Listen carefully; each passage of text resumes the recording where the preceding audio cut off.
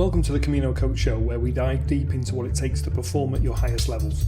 Today's guest is a young gun with serious pedigree, from British F4 podiums to Spa pole positions, fighting for the championship in GT racing, and now working with the Aston Martin Formula 1 team. Bart Horsten's journey is as real and raw as it gets. If you're a racer chasing consistency, confidence and championship level mindset, this one's a must listen. Let's get to it. Okay, so today we're joined by Bart Horsten. Hi Bart, how are you doing? Yeah, good. Thanks, Craig. Good. And how's your off season? How's your winter been? Yeah, not too bad. It was good. Obviously, as you know, I live in the UK, but I went back home to Australia, to Western Australia in Perth to see my family, and just relax and focus on my training. And well, there's just not much going on at this time of year in the motorsport world in terms of work and racing opportunities and things like that. So it's a good time to catch up with people and just have that kind of good soul nurturing kind of time of the year and enjoy. I always enjoy Christmas because it's the only big event I'm really around for with my family. So yeah, that was a lot of fun. So yeah, it was good. It was a good time. And nice to get some sunshine, I'm sure as well. Yeah, exactly. I'm a sucker for good weather, and certainly coming back to consistent 0 to 5 degrees for the first few weeks is a bit different to. We had a heat wave of 35 plus for a while, so and the aircon actually went, so that made it slightly unpleasant. It was a bit too much, that was a bit overkill, but I do prefer the warm weather, so no, it was good. Okay, great. Well, thanks for joining us today. And if we rewind a bit, what first sparked your passion for racing, and when did you figure it out that the exact moments of you going, this is what I want to do, motorsport, I'm going all in? It's a bit, I don't know if it's cliche or if it's a bit weird or maybe a bit of both. I feel like I can't remember when I didn't want to. So that's maybe a little bit worrying, but I always think it's, most kids, young boys have some interest, or you have a toy car like a Hot Wheels or something.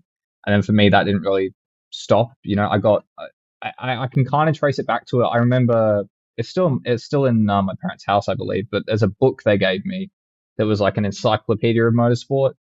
And that basically said that, this is an F1 driver. F1 cars are the best racing cars and most amazing things. And I loved everything cars. So I think, oh yeah, that's the pinnacle then. And at the same time, as a kid, I was watching, the F1. It would have been Alonso, Schumacher kind of era when I was 4 or 5. I remember on the TV winning with Ferrari and Renault and things like that. And me thinking, yeah, that looks great. I want to do that. Obviously not realizing how difficult or far away that all seemed at the time. It was just an innocent little thing I wanted to do. So yeah, I think it was just that desire to, oh, that's really cool. And the book said, these F1 drivers, they start in go-karts. Mom and dad, can I go go-karting? And they managed to ignore me for long enough, but eventually it sounds like, at least from their point of view, that I wore down on them enough that they let me have a go in Perth when I was about 9, and then from there it just kind of slowly built into, from a hobby and a passion into now my 24/7. So you've raced in Australia, you've raced in the UK, and you've raced in Europe. Those are massive transitions. What was the biggest challenge of adapting to those different cultures and environments? I think a little bit hard to think of looking back on it. I mean, Australia for me was home, so the only difficulty with that was being from Perth. That's a long way from where most of Australian motorsport is based on the East Coast and where most of the population is. At the time, it was mainly around Melbourne. I mean, a little bit around Sydney. Now it seems to be moving towards Queensland.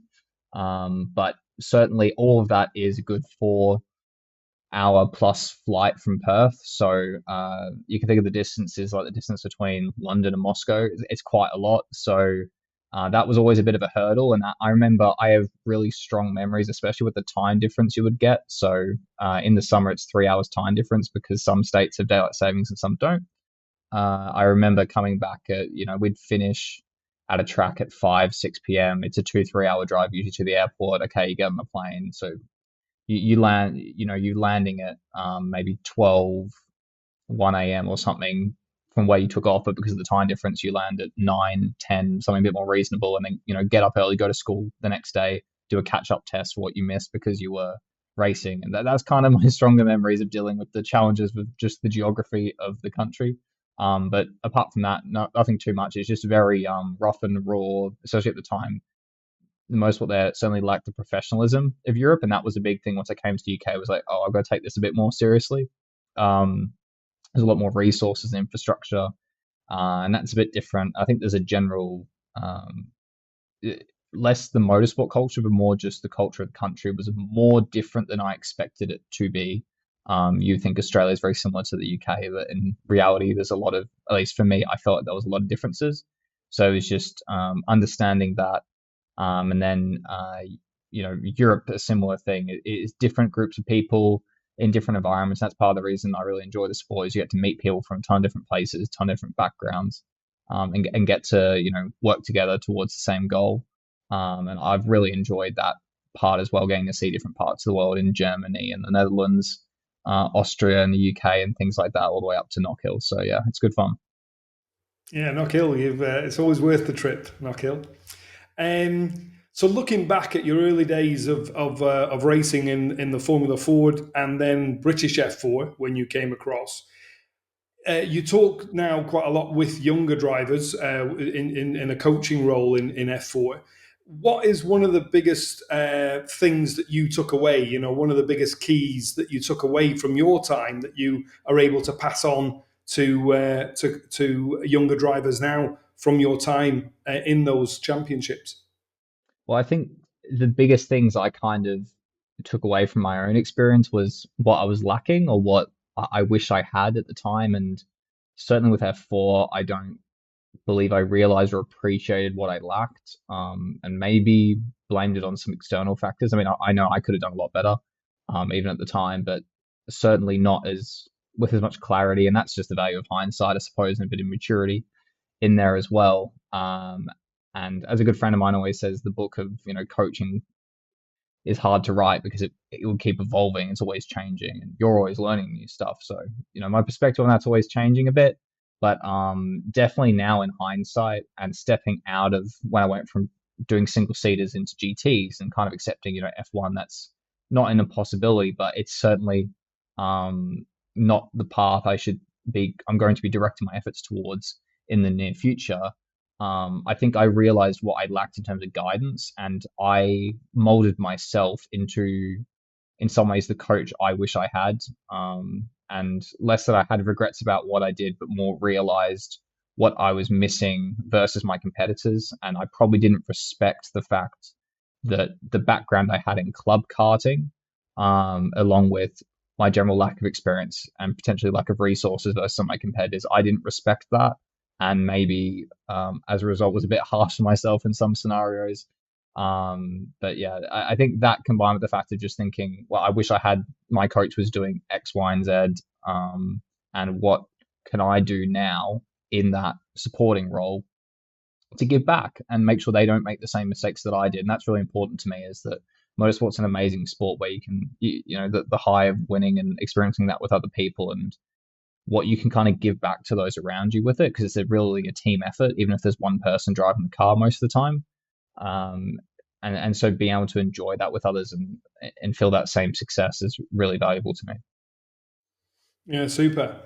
And your transition from open wheelers. So just if anybody doesn't know, you did a season with British F4, then went to F3 as it was then, and then GB3 as it evolved. So two seasons then.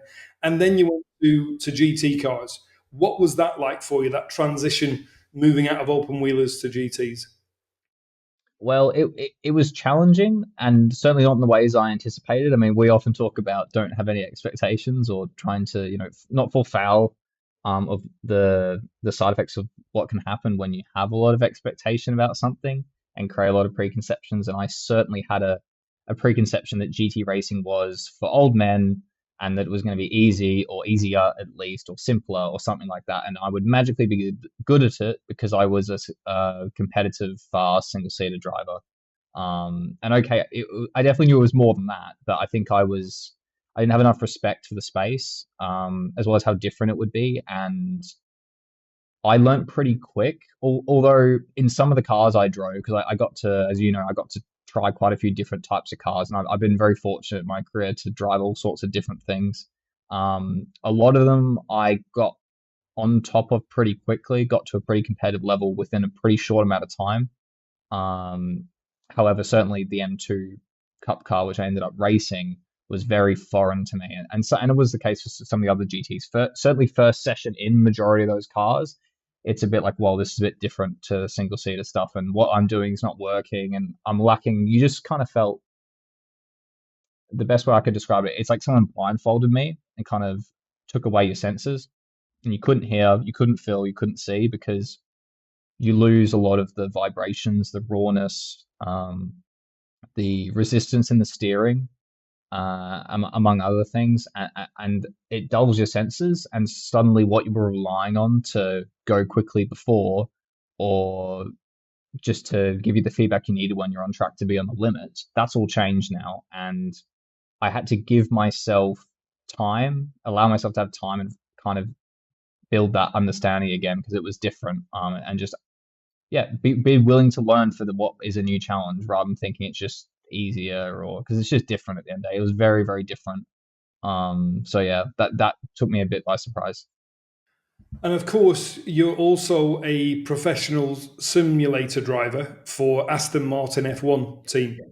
So, what does a typical day? I mean, it's an amazing opportunity, and I'm Yeah, sure anybody watching this would love to spend a day in the sim at an F1 team. So, what's a typical day in that sim like? yeah. No, I'm first of all, I am very fortunate that I've got the opportunity to do work for Aston Martin. I mean, sometimes it doesn't always. I'll be specific just to make sure because a lot of people go Aston Martin F1 sim, is that like the esports team or is that the like the pro drive or the GT team? It's so specifically, I will get in the sim alongside either the F1 drivers themselves.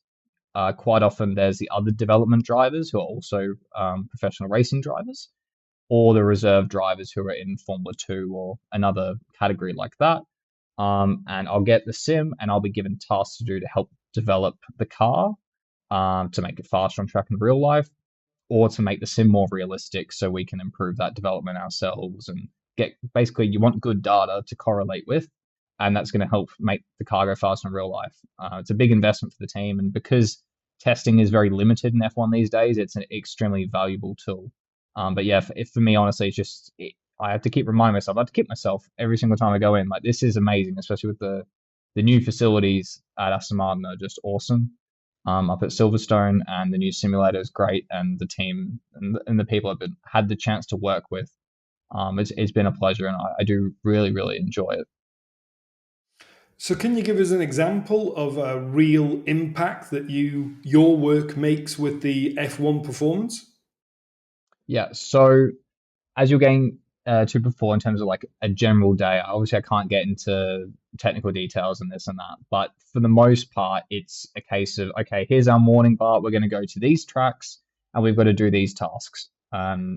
What happens is the sim department is generally given tasks by other departments within the company. As an example, it might be tires, it might be aero, it might be something like that. And they've gone, we want to test this new front wing. Is it better than this? Or maybe it's just a setup thing, like you would on a normal simulator on a track where you're like, oh, I don't want to try.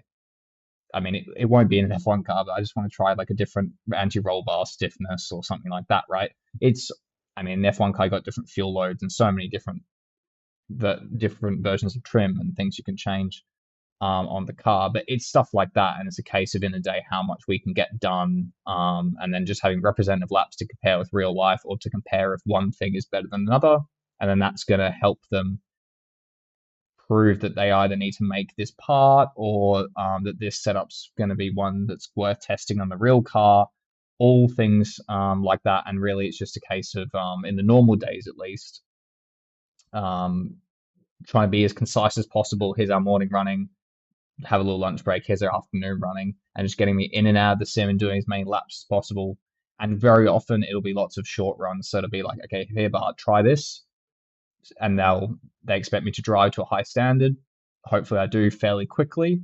Get to the limit, stay there for a few laps. Okay, How does it feel? Give my feedback. They've got good data. They've got feedback of how it feels from a driver perspective, which is really important because they have a lot of simulation tools that are called offline simulation, which allows them to do things, without a driver. But once you have a driver involved, everything changes. So how does this feel? Okay, I say this.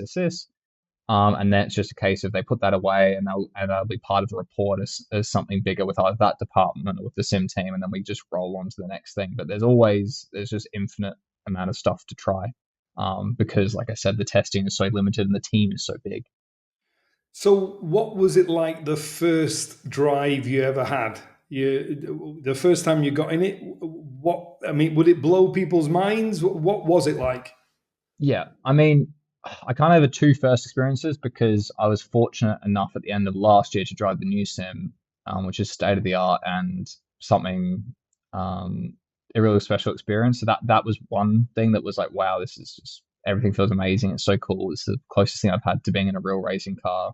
For someone who spends so much time working on sims and driving on my own sim and competing with them, it's like, wow, this is something. And then the first time I actually went to Aston Martin, and we were on what's called Sim 2, which was the older sim at the time. It's been around for about over 10 years now. um I went there and I was probably, I don't want to say stressed, but I was certainly there was an intense focus about that day because it was a shootout day where I was had a chance of whether or not I would get the job against another young driver. So it was a case of, I really wanted to show my best. So from that point of view, I still enjoyed the day a lot. Don't get me wrong, I 100% enjoyed it because it might have been my only day at that point. I didn't know. But there was a little bit of, okay, this is business. I really need to focus on this. So yeah, and a strong memory I have though on the first session getting out of the car is I made the mistake because I'd never been in a sim, and in that sim in particular, so you have a physical halo, you have a physical cockpit that you're sitting in, you have a physical halo that you would lift up after each session, so you would unbolt it, a clip, and then it's not actually made of steel like the real one is, otherwise I wouldn't be able to lift it. But you lift it up, and it allows you to more easily get in and out. It's just lowered there to make it so the visibility is more like the real car. Uh, I Previously I'd driven, as you said, F3, F4, and I'd always got used to when you pulled the steering wheel off, you pull it off, you put it just in front of you, just in front of the little perspex windscreen, and then you leave it there. But of course, because the halo mount was there, it wasn't flat. So when I got up, I'd left the wheel there, which is a 3D printed, like 100% replica as far as I'm concerned. Probably not the cheapest or easiest thing to make. Um, and then I just hear, I can see it slipping in the corner of my vision. I go to grab it, but then you just hear like bang, bang, bang, bang. And I was like, oh no, that might be the end of my chance to be a F1 sim driver. But in the end it wasn't. But I can still see the scratch on that wheel when we've used it. But it didn't, fortunately, as far as I'm aware, didn't damage anything properly. Just a little bit of a scuff on the outside. But yeah, that's my strongest memory from that day. It's probably not a good thing. And also, I truly believed at the end of the day that I probably not got it because I just believed I didn't drive well enough or do this or that. So, but yeah, it was one. But so it was an interesting first day. It's usually the best way when we're confident that we've got it. We normally get a nasty shock. So when we're a little bit under the radar and we feel like we could have done better, it's normally a good sign, to be honest. Yeah, I mean, obviously it meant a lot to me at the time. And I remember being told that, okay, but we do want, and then again, I wasn't even a sure thing. It was still a trial period for about I think about 6, 7 months. It was on trial. So I was like, okay, we're going to see how you go. We're going See to how give you many some wheels work. you. But so it took a while until I was actually like, okay, I am a proper Aston Martin F1 sim driver.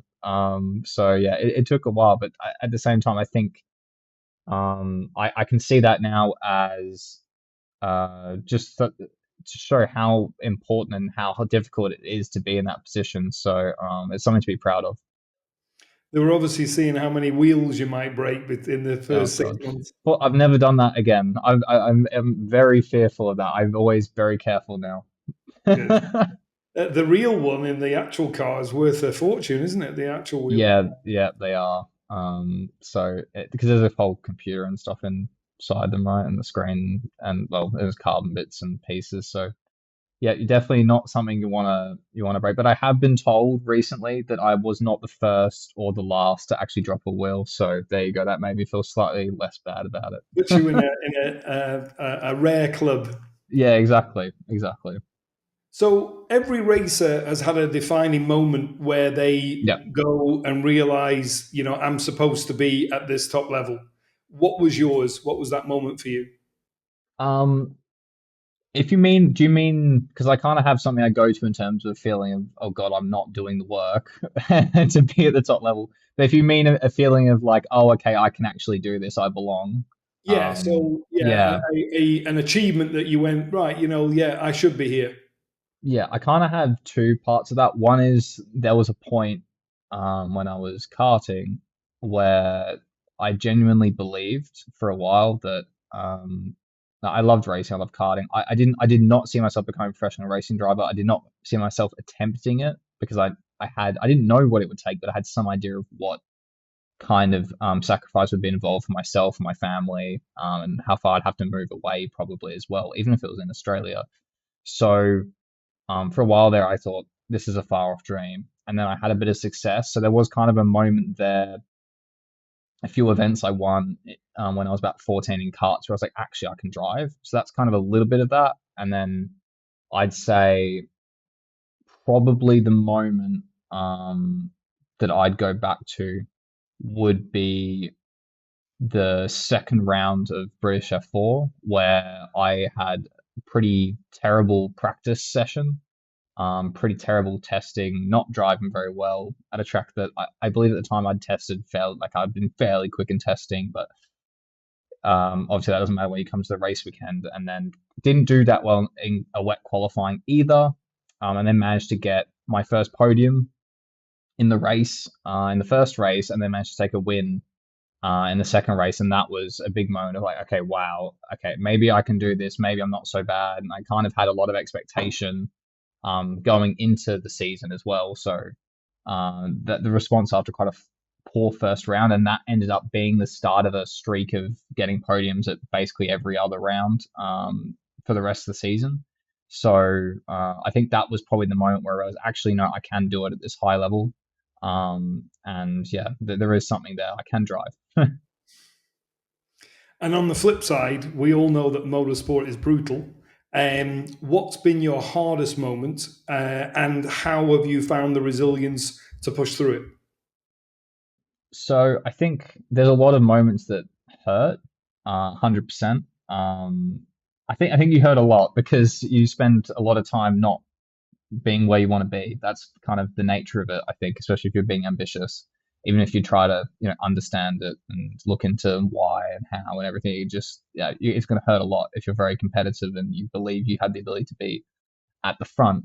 But the one that probably I have the strongest memory of is in the second year of British F3 in the well, it would have been third or fourth round at Donington Park, and I'd just come off. I think I qualified okay, and then I had grid position changes because of a late um, altercation in terms of track limits, and then so the grid got reshuffled. I got pushed back. Was still kind of fighting. Why did I get moved back during the first race?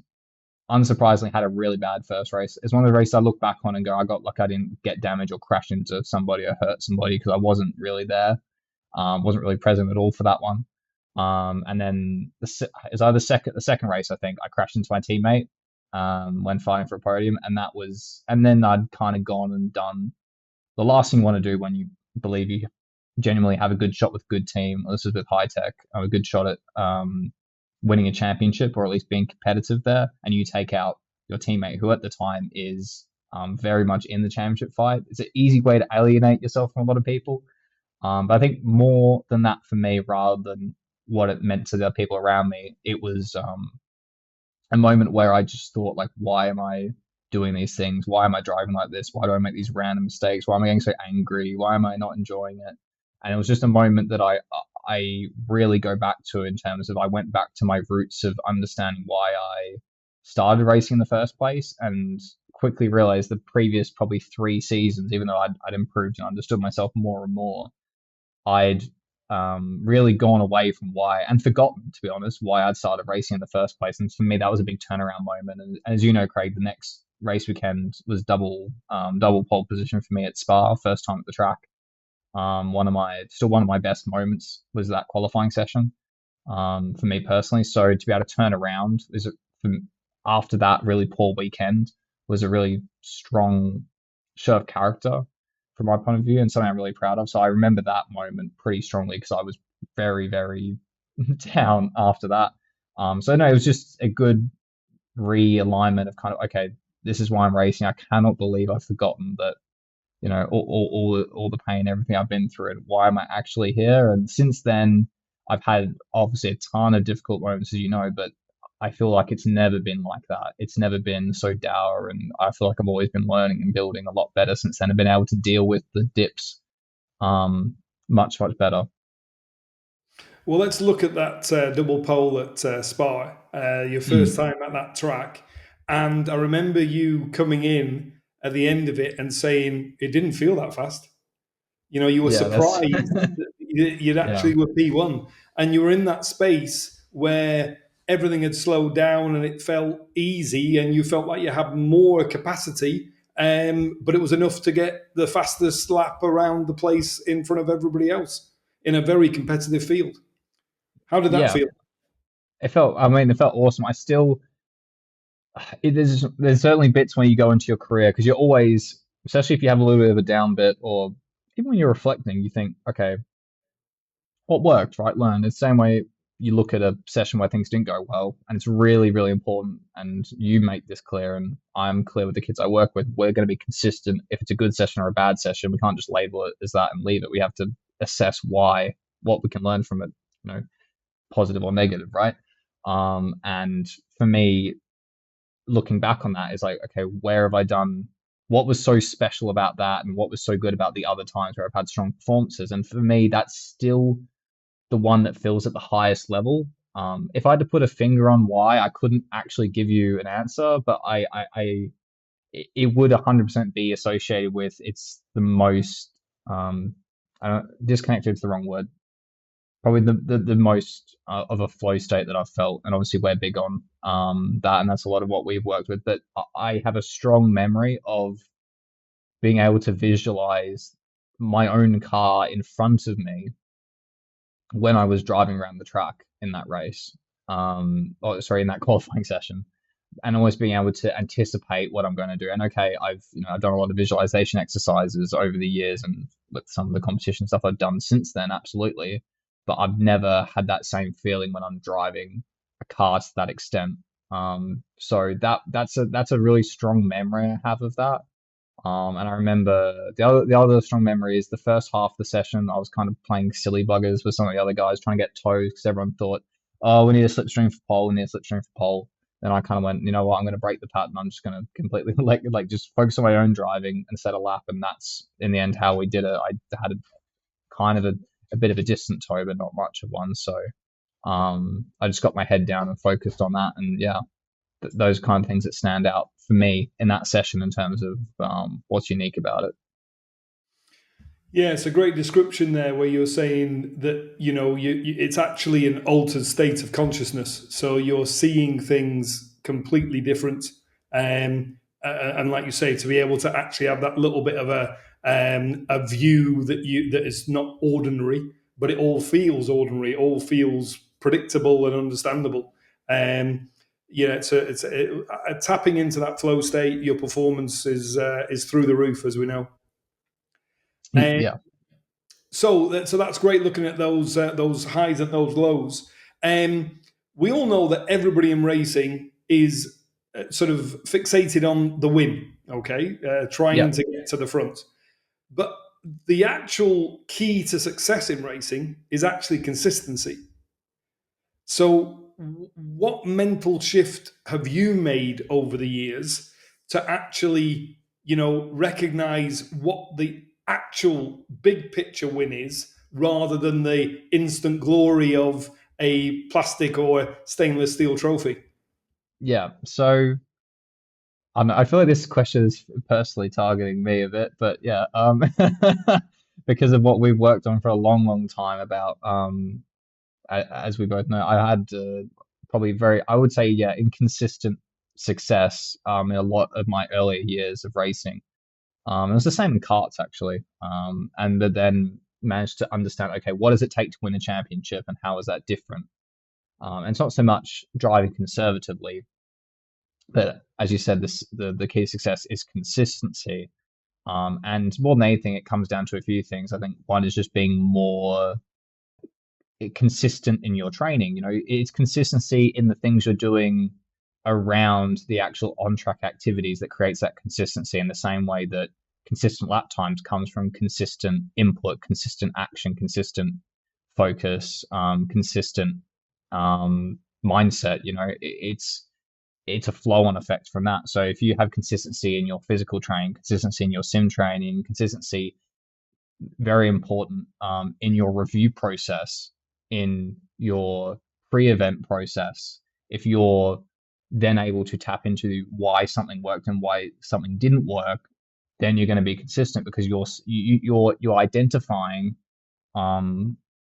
where there's dips and where there's gains, and then you can apply that, and that's covering you know, you in those moments where normally, oh, I've dropped off here, because in a normal circumstance where our bodies, our lives are in a constant state of flux, especially when you're traveling and doing racing and stuff, and being able to kind of just find a consistent baseline and setting those standards for yourself is really important. So it sounds stupid and obvious in some ways, but it's consistent action. And I think the reviewing is the big part of it, and not shying away from that, being really open to self-analysis. And that's the biggest thing I see as a deterrent in the people I work with, is a fear of investigating, or a fear of opening up yourself to criticism from yourself as well as others. And that really sabotages growth and the ability to identify. And then as a result, if you can identify what is you at your strongest versus you at your weakest, and it's not a process that, as you know, Craig, you can't just do it and go, oh, I'm fixed. It's not like that. It's just continually always living in that and working with that. And once you accept that, I think, and you build those processes, then as a result, your results have to get consistent. And I know now what my process is before I get in the car, what I do when I'm driving. You've got backup plans for stuff. You have different tools you can use to reset your focus, and all those different things. And it's just building consistency into all those things. And I always like the Navy SEAL quote that I'm sure you use in your program as well, which is, you know, you don't rise to the occasion, you sink to the level of your training. And so if you have a high level of training, and the training is not only intense but specific and correct, then you can rely on that to give you good competitive results. Absolutely. And I can swear by that. And the kids I see do really well. It's the off track. You win it all off the track, you know? So the on track stuff's only a very, very small part of it. And that's kind of the cream little bit on top. So yeah. Absolutely. It's the work that you do away from the track that actually allows you to get the successes for that, you know, limited track time that everybody's got on a race weekend. But also when you've got your process, it becomes your true north. It becomes your stake in the ground. And regardless of whether it's the last round and all the points are on the table, or it's the pre-season test, you're sticking to your process. So it allows you to be in that state and that process every time you get in the car. Yeah. And I think, and I know you're again big on this, Craig, is you've got to really be dealing with yourself, because motorsport is inherently an inconsistent sport because of the amount of factors involved, more so than most other sports I can think of, where it's difficult to see your own performance reflected in the results sheet. And so if you live and die by the results sheet, and people will go like, oh, that's not me. But the amount of times that, you know, I have, or another driver looks at a results sheet, goes, I know 1.5 seconds off, I suck, I'm the worst, or I'm first, and then they think that they don't need to do anything, and that you know, they're the bee's knees and that they're amazing. And it's like, having an emotional response, whether you're a good or bad person, or a good or bad performer or athlete, based on one session's results sheet, is absurd if you think about it. So I think being able to separate yourself and focus on your own performance. Always look at it holistically, like all the little factors involved, because you can have very bad results with a very good performance, and less common, but you can have the opposite as well. So just being able to go, okay, what can I do? What was my performance like? And that for me is, funnily enough, also what makes really good car feedback is you have to interrogate your own driving before you interrogate the car, because you are the biggest impact on that. And so you need to understand where you could improve before you go, oh, the car needs to do this and this. It's like you're causing 99% of that. So you've got to find, the direction for the car alongside your improvements in driving. And kind of along with what you said earlier, Craig, when you're asking about how do you deal with these, get that consistency and not get drawn too much in the wins and the losses and it's hard to do. And I know I was very the opposite of this for the longest time as well. I can still remember that when I first probably would have met you, Craig, and worked with you. But you've got to build your own wins and losses, and and it's hard sometimes because everyone around you isn't living in that world. But you've got to live in your own little world sometimes, and you build your own wins and losses in. So sometimes P5 is a massive win. Sometimes doing some random lap times or a random track that's half second off somebody is a massive win because for you that was the goal for that session, and there's reasons why that's a win, because that's what was required or that was the next step. And the same way that you have your own little losses as well. So it's just about building your own little wins and losses, and that is really for me part of that process that we discussed. But it's such a big thing for keeping your head on straight, staying calm, being consistent, because you're not getting kind of blown about by what's happening to you. You're only living in what you're controlling. So if you have a mechanical failure, then you just look at the race and go up to that point, what did I do right? What did I do wrong? And there's all your little wins and losses over that. And there's not much reason to get sad for yourself and move on to the next race, Yeah, exactly. It's that being able to analyze it and being able to understand what the gap is. And when you understand what the gap is, then you're empowered to work on it. When Absolutely. you leave the session beating yourself up or beating the people around you up verbally, because you're unhappy with what's gone on, you're not actually learning anything, and there isn't a gap to work on. So it really is a mindset shift when you start to, even if you've put it on the front row, what could we have done different? What could we do better? Yeah, and you're right. And going back, I think it's something I actually struggled on a lot was if I did get a good qualifying, actually setting a goal to push myself more in front, because you think I'm already here, and suddenly you're hanging on. You're afraid of what you could lose, and you haven't got a forward mindset. And certainly that's really important. And by the same token, I find it so hard when I'm coaching people to get them to dig in if they have a bad qualifying, especially in single seaters where you can't pass very easily. Because your world now is if you qualified P18, P12 is your win. I'm sorry that you've got to find like for me, that would be, you've got to find a way to reframe that. Like P12 on a track that's hard to pass on, it's probably a really, really good race. And it's understanding that through that process and through that mindset is how you will get the amazing results. Like, oh, suddenly he drove from the back of the grid to P5 or something, it's because some things maybe fell that person's way, but their mindset was just on what they could control and what they could do. So yeah, that's a big part of it. Perfect. So looking ahead to 2025, what is the goal for the year? I've got a lot of really cool opportunities, a lot of test driving stuff, even alongside the Aston Martin sim work, which is really cool. I'm looking forward to that. Some different racing opportunities come up as well. I'm still weighing up at the moment what makes the most sense.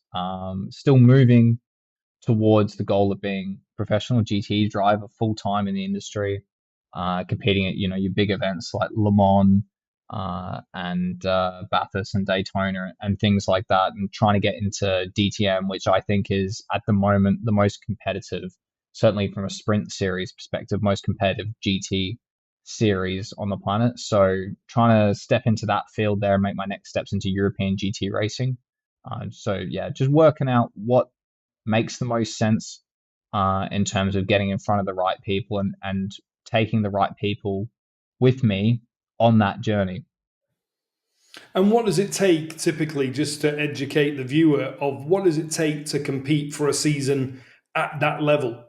The really big thing then is all the top drivers, they're going to be manufactured drivers, or they're going to be signed with a team with that kind of resource behind them, some kind of association backing with a Ferrari, a Lamborghini, an Audi, BMW, Mercedes, the list goes on.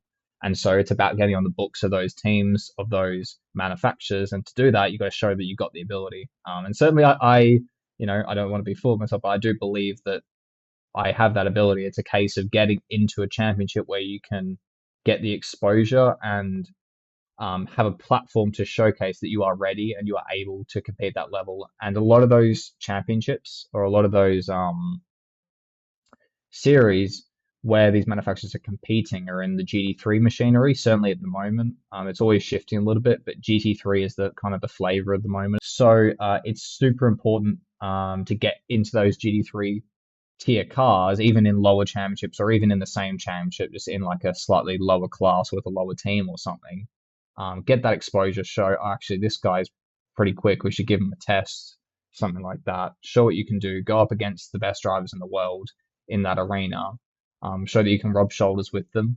And then as a result of that, become manufacturer associated and get a lot of opportunities to drive different race cars around the world with the top teams. And that opens the doors to racing in a championship like DTM. Okay, great. Well, we wish you all the best of luck for the connections and looking forward to seeing you on the grid in those areas. So a couple of other questions. One pre-race ritual that you'll never skip. One pre-race ritual that I'll never skip. It's funny because there's so many things now I just always try to do. I'm trying to think what the one thing is that I never ever cut out.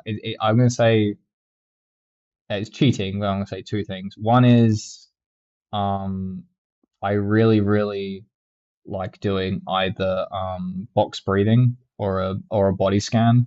So some form of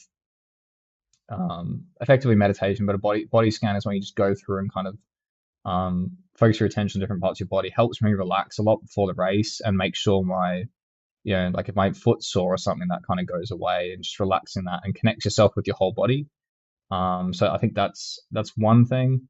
And then the other one is I always, ever since kind of the moment I mentioned earlier, in that F3 race at Donington, I always remember what to me is my most special and cherished motorsport memory, which is a memory from karting with my dad when I was younger. And I always tap into that and the feelings of that moment before I go on track. Even if I'm in a simulator, whatever, it's always, it's the most effective way for me to know that it's important for me to know that I'm not only really committed to the race that's about to come up, but I love it. I really, really love this sport, and to try and bring that bit of that kid from Australia with me into the race. That's very powerful. Yeah. Your dream car. What car would you love to get a chance to get behind the wheel of? I don't know, for me, there's not really one car I just like. I think I'd love to drive a modern F1 car, especially now that I get to. I can drive one on the sim, and I'm like, "Oh, just let me go on the real one." So maybe it has happened before. Maybe if I'm good enough for a long enough time, I'll get the chance. So yeah, that's something. Just because the speed and tech amazes me, I kind of just want to get in and get my neck ripped into and see what happens. So that's super cool. Apart from that, I like historic cars a lot. I've only driven like 2 laps in one, and it was such an immense amount of fun at the lowest possible speed. I was just laughing my head off the whole time. So yeah, something historic, like those old, like a manual F1 car to me would be awesome. Anything from like early 90s, late 80s back to 60s stuff, or an old single seater, something like that. And what's your favorite track? My favorite track, I think this jumps around. I know I told you I love Knockhill, which is not a popular opinion. I love it because the elevation change is insane. So I always, again, it's cheating, but I can't really separate. Usually put that with I love Brands Hatch GP circuit. In the Formula 3 car was immense. Like there's a lot of high speed corners there. It's very old school, borderline probably acceptable in terms of safety for 2020s. But it's an experience, and I love the relentlessness of just, okay, next lap, next lap, next lap. Not really any breaks, just high speed corners, no margin for error. It's a lot of fun. Who was your favorite driver growing up? For me, growing up, I know when I was a kid, I was massive into Schumacher, just because he was winning and Ferrari was the thing for me. And then Alonso became that because he was a Ferrari driver, and I think as I grew up, I gained more respect for him. I gained more respect for probably all the great drivers, but especially for Alonso and what he did in the cars he was driving. It's just funny now because obviously I'm working for him. So a bit weird that, right? But yeah, it's so Alonso definitely part of that. Yeah. Okay, great. And yeah, nice to be sharing the cafeteria with him. Yeah, I've only seen him once. We didn't really get to speak properly, so fingers crossed I get the chance to actually meet him in the future because he's a bit of a childhood hero. So it's been an absolute masterclass in mindset and motorsport. So anybody that wants to follow you on your journey this season and beyond, what are your socials? How can they follow you? I am at Bart Horsten Racing on Instagram. There aren't many other Bart Horstens around, so if you have trouble, then I can't help you. If you just put Bart Horsten in on Google, you'll find me pretty easily. There's a wiki and a website that needs probably a bit of an update and all that stuff. But yeah, Bart Horsten Racing on Facebook or Instagram is where I post the most. So yeah, you can follow me there. And what can they expect to see on there? What do you normally post? Probably not as much as I should, but that's going to change soon. We're going to be doing some content that I mentioned with you, some lap guide-ish stuff. There's actually a lot of lap guides on YouTube under Coach Dave Academy as well from a previous few years that a lot of people tell me come up when they search my name. But yeah, there's that, and then there's going to be, well, certainly when I'm racing, I will be posting about the racing I'm doing and some bits and pieces on stories of the work I'm doing and maybe tracks I'm coaching at and all motorsport related stuff. And certainly when I'm at some cool events with some nice, expensive, shiny cars, I usually try to take some pictures and share that with some people as well. So if we've got a young aspiring driver that's watching this on YouTube or listening on Spotify or Apple podcast, and they're dreaming to get to the level of competing nationally and internationally, what's the one piece of advice you give them? It's hard when you make it one, right? Because you're like, oh, I can't say anything else. But one piece of advice, genuinely, again, I feel like saying two things, but I'm going to say one. Feel free if you want. I'll let it out. Yeah. It's hard. Yeah, no. I keep cheating. It's not fair. I'm going to make it one. So I think the one thing, more than anything, is just the willingness to improve. It's that passion, it's that desire to be better. I think in all the drivers that I've worked with, all the drivers I've raced against, everything I've seen, it's 100%. It's the character that matters. It's not where you come in your first race is just about the least important thing. It's about where you are in 5-10 years time. It's about the willingness to dig in and the willingness to stand in front of the mirror and go, you know what, I need to be a lot better. It's that grit and that determination, I think, more than anything. So my one piece of advice is, do you really love this sport? And if you do, then you can probably do it. And you got to find that core belief or that core love of the sport, and that'll take you a long, long way, more than talent or physical attributes or even connections or wealth. Truly, in my opinion. So I think having that that desire to keep improving and keep showing up, that's what really matters. A great notes to end on. So thanks very much for joining us today. All the best for this season, and we'll see you soon. Thanks, Craig. See you around. If you enjoyed this episode, don't forget to like, subscribe, and hit that notification bell so you never miss out on the latest content. Your support helps us bring more inspiring stories to you.